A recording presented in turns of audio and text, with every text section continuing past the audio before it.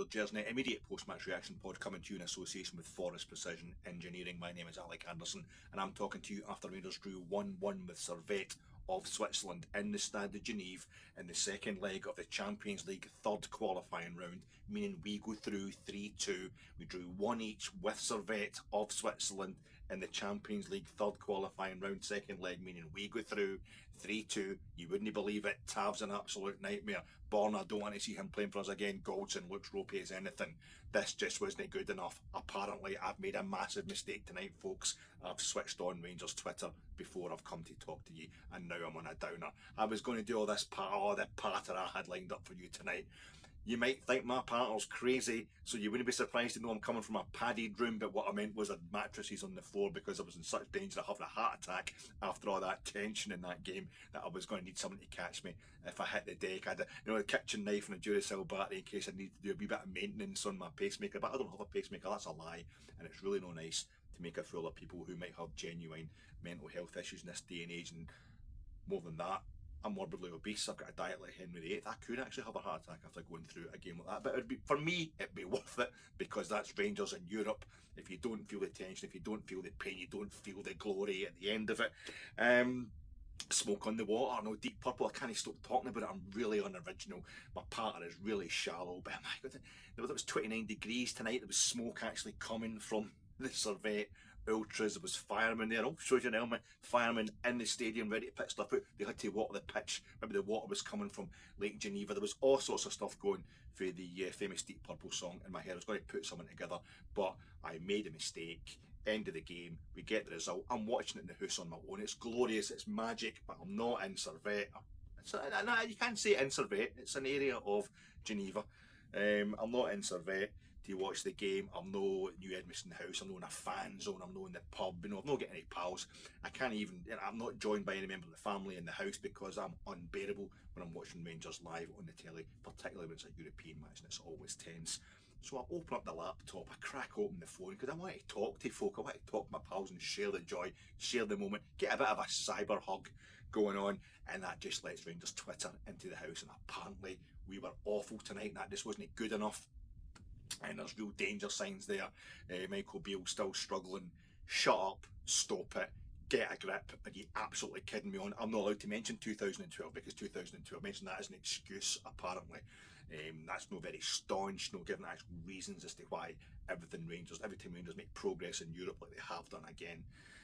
Well, maybe no, we're still going to get into the Champions League group stage, I think, to make progress, because we're setting the bar so high, because it's the 6th season on the trot, be it Champions League or Europa League, that we have played group stage football in Europe. And when you consider where we were in 2017, if you don't want to go back to 2012, that's still a flipping miracle.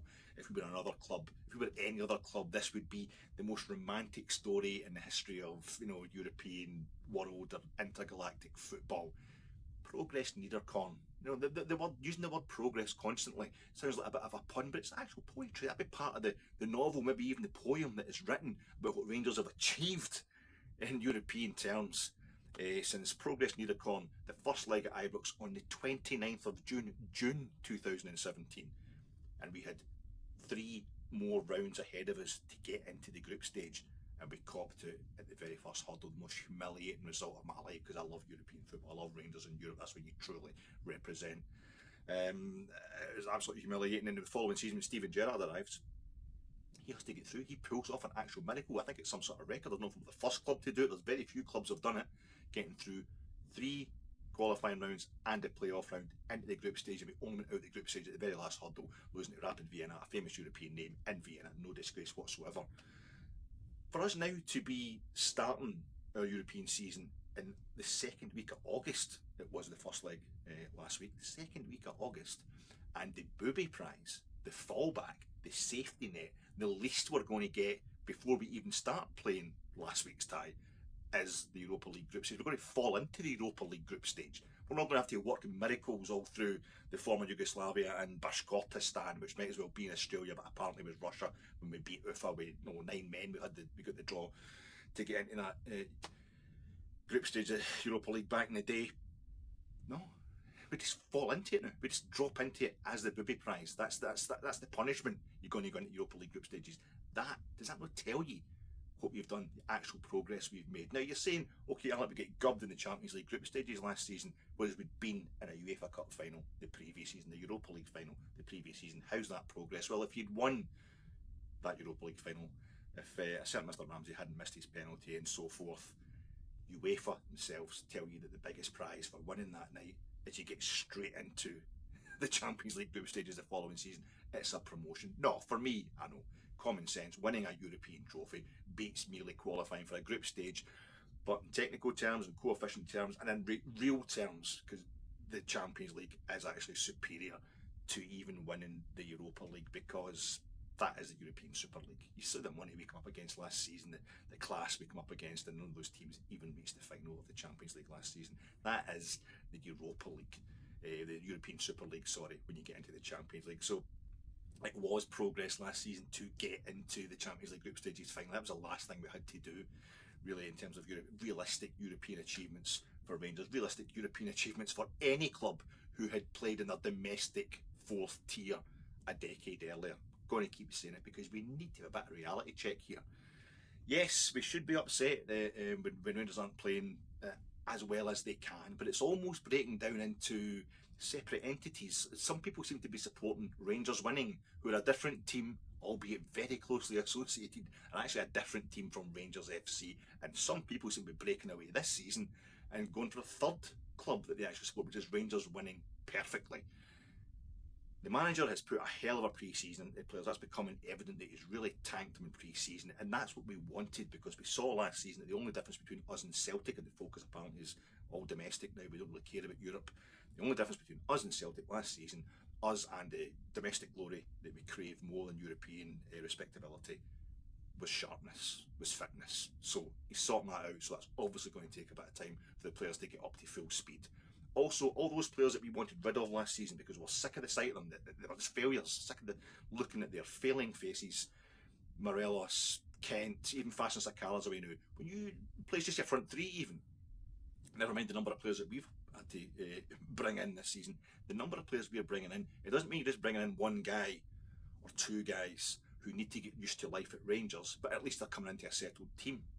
It's augmented by the fact that most of the team are in the same situation, and that then spreads to the players who are established, maybe Borna Barisic, maybe James Tavernier, maybe Connor Golson, the guys who seem to be getting it on the neck tonight, despite the fact they've got us into another massive round of European football.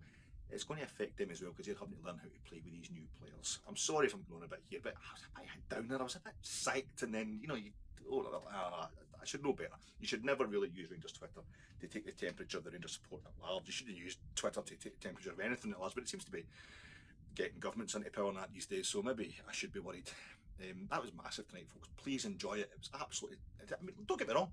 I'm shouting at the telly. I'm, raging in the moment when I see Borna Barisic and John Souttar stopping at the halfway line to let Servette players go clean through on goal. I'm absolutely raging when I see the ball going out wide and the Rangers defence is all at sea in the 22nd minute for Servette to cut inside and curl an absolute worldie into the top corner. I'm absolutely dying on my arse in the second half when it's 7 minutes injury time, and I know Servette have a reputation this season already. It's nascent, as young as this season is, for not letting stuff go. For fighting back the way they did in the previous round against Genk in particular. I'm thinking this is just set up for them to score a 97th minute winner on the night. It would take it to extra time, and then on it goes to penalties. And I was fearing for James Tavernier, because you're thinking the one thing he's got going for him is he scores all these penalties, and I bet he misses his penalty tonight and will get put out. It's really bad. When you get to the point you're actually worried about what other Rangers supporters are going to say, rather than worrying about what fans of other clubs are going to say to you if you lose a big match, then something's a wee bit wrong. I'm maybe overstating it, I'm sorry. There's a lot of tension about tonight. We have different ways of expressing it. But the tension was coming from the situation. We didn't put the first leg to bed. Sam Lammers, he missed an absolute sitter in the first half last week that could have probably put the tie to bed during the first leg. Ex-PSV, ex-Willem II, and there's something about us getting PSV in the next round when it was a Feyenoord striker, an ex-Feyenoord striker tonight, Danilo, who missed an absolute sitter again in the first half that again could probably have put the tie to bed. Him and Seema were kind of playing up front. Well, I think Danilo was playing up front in his own in the first half with Todd Cantwell and Seema behind him. It's got a 4-3-1-2 we set up with a defensive-looking midfield three of Cifuentes, Ryan Jack, and Nico Raskin. Wasn't really working. Second half, come with the hour, come with the man, come with the Michael Beale substitutions on the hour mark. It's Danilo and Sima went off, and on came the Sirs, the Essers, the Dessers, and Sammers, and Lammers and Bammers. On they came, and we went more of a kind of 4-3-1-2 with Todd Cantwell sitting behind it, the kind of two up front. By that point, I've been established by Danilo and Sima, that pattern. But Dessers then misses an absolute sitter of a header, and then it wasn't as good a chance as I thought it was at first. The keeper has a good save, he pushes it onto the post, but after Todd Cantwell kind of slipped him through. So with another ex-Feyenoord striker failing to finish off the tie, doesn't matter. I'm just looking at wee coincidences and picking wee faults here. At the end of the day, we got through. At the end of the night, we got through. Jack Butland, he's getting better with every game, becoming more and more of an attribute for Rangers. And yeah, by the way, the tactical stuff, I'm taking that all. That's copyright of Neil McCann. I'm taking it all from Neil McCann's half-time and full-time analysis for BBC Scotland. Thank God for Neil McCann and Alan Hutton, because it was after I missed Liam McLeod's commentary because I was at the game last season. Although I had to watch it back when I watched the game back when I get back home, but it wasn't as live. And tonight they brought out another Aberdeen supporter in Rob McLean, who was also really keen to tell us how much Rangers were up against it and how bad it was going to be for Rangers if they didn't get through, and how good Servette were and all that. So thank God that Hutton and McCann were on the couch at half time just as blue noses, but also because they're lovely guys, and Neil McCann's a fantastic analyst. Alan Hutton's a great analyst as well, but Neil McCann is absolutely special when it comes to that stuff. And he was pointing out the stuff with our front three in the first. Thank God he pointed out why Servette had got through to score the goal they did against us in the first half, the 22nd minute. After we started the game not too badly, I thought Seaman was doing quite well, going down the kind of right hand side for us, but we started not too badly, but they get through a couple of times. Jack Butland bailed us out with a couple of cracking saves, and also we changed the pattern at the start of the second half to go from like a 4-3-1-2 4-3-2-1 to a 4-3-1-2, and also the kind of defensive three midfield was stretched out more. Raskin and Cifuentes became much more offensive. They were shutting people down. They had, in the first half, it wasn't all about Tav when we lost that goal. It was John Suter lost his man, didn't make the header, so Tav gets drawn towards the middle because he sees a massive blunder by one of the centre halves. It's only instinctive. Also, Servette were getting down our wings, according to Neil McCann, because the fullbacks weren't getting pinned back because they didn't have that usual front three that Rangers play with. We only had a front one and only two behind that, so it was giving their fullbacks more chance to get forward, so our wings were more exposed. But the guy cuts in, calls a world into the top corner, which Jack Butland couldn't do anything about, but Alan McGregor would have saved. Alan McGregor would have saved that, but Alan McGregor would probably end up losing 3 goals in that game tonight because he can't come out because of his age. He couldn't come out. Jack Butland is making solid saves. He was really good, solid saves tonight. Really aesthetically pleasing. At least one of them, just like on Saturday against Livingston, a couple of really aesthetically pleasing and vital saves, but not world class like Alan McGregor was as a shot stopper. But Butland's bringing so much more to the team because he's coming out of his box. It's letting us set up, better at the back. It's letting us be more confident at the back, bring the game out. The defence know they've got a good goalkeeper behind them, a youthful goalkeeper, a fast goalkeeper, just a really, really decent goalkeeper, and I think that's spreading confidence throughout the team, which hopefully will build up as the season goes on, because it is still early doors, and already we are in the Champions League playoff round. You can't really say early, but already in it because it's only played at one time in the year. It's a date thing, doesn't it? Anyway. It's a major success under the belt of Michael Beale, a guy who hasn't won any trophies yet. He had a couple of decent chances last season, no disrespect to Inverness Cali, but hammed in the 2 games against Celtic, the League Cup and Scottish Cup semi-final, League Cup final, Scottish Cup semi-final. He did a real good shouts for winning a trophy last season, didn't manage either of them, so he's a bit under pressure. He doesn't have that confidence behind anything he's saying, not coming from the fans, and I don't think he has that confidence himself, so sometimes you wonder, what's he going about? Built myself, he seems to be rambling at times, but when he said last night in the pre-match presser that he was going to attack, he was going to try and win the game. He was coming to Switzerland to win the game. And you're saying that against a team who has drawn 5 of the 7 games. Well, that's the round they drew tonight as well. So that's him drawing like 6 of 8 games have played so far this season, and we only required a draw to go through. I hope that's a bluff, Michael, because you don't want to be telling them that they're going to open up and they can get in behind us to get the win. No, so if we come out and set up that kind of slightly defensive midfield, I was really pleased it was at least attempting a bluff, but more importantly, he's pulled it off. He's got his first kind of major win.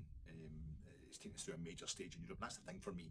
Big wins in Europe can be the equivalent of winning a League Cup or a Scottish Cup at least. There's a lot of glory there. There's £5 million for him to go out and spend on replacing those duds in our defence tonight. But Borna Barisic, 5 minutes into the second half, and he changed it slightly at half time. Michael Beale, he gave me his usual kind of half time pep talk. They always come out and play a bit better at the start of the second half, and they've been playing poorly in the first under Michael Beale.